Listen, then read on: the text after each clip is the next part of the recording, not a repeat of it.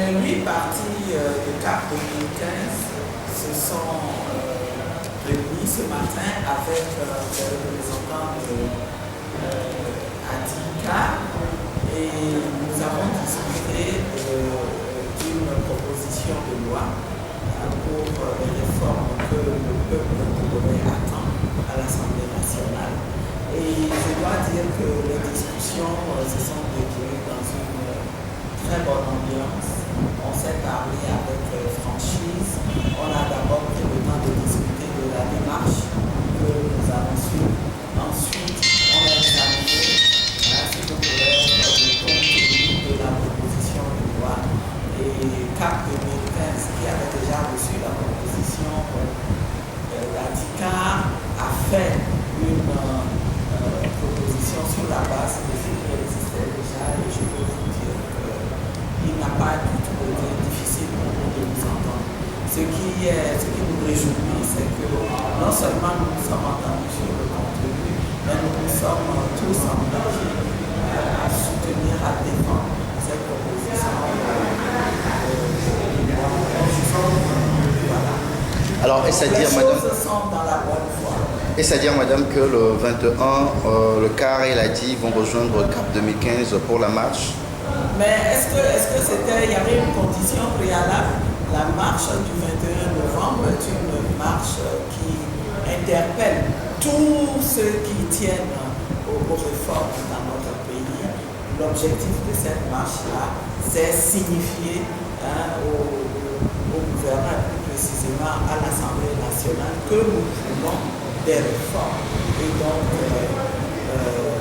la question que vous posez, elle ne s'impose pas. Est-ce qu'il y aura une discussion avec les députés du pouvoir pour que cette fois-ci, ce projet de loi puisse passer sin intermédiaire?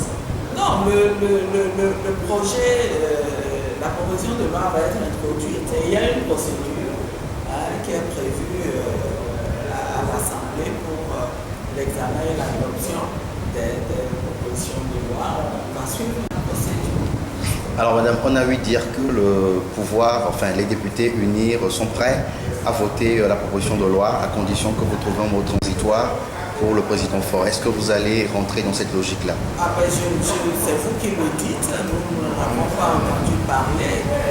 Ce sur quoi nous nous sommes mis d'accord, c'est que le peuple togolais tient absolument à ce que dans notre constitution, il y ait la limitation de mandat, qu'il y ait 2 tours de scrutin pour l'élection du président de la République. C'est des dispositions fondamentales dans toute démocratie.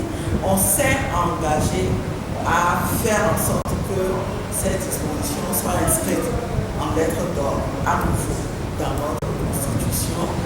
Et ceci étant, on ne peut pas étudier une proposition de loi sans discussion, pourvu que cela ne dénature pas ce que nous sommes en train de faire, pourvu que les discussions ne nous éloignent pas des objectifs que nous voulons atteindre et qui sont que ces valeurs fondamentales soient introduites à notre constitution. Alors, un mot pour la marche un mot à l'endroit du peuple togolais pour la marche du 21. Eh bien, c'est une marche qui sera une marche mémorable, historique.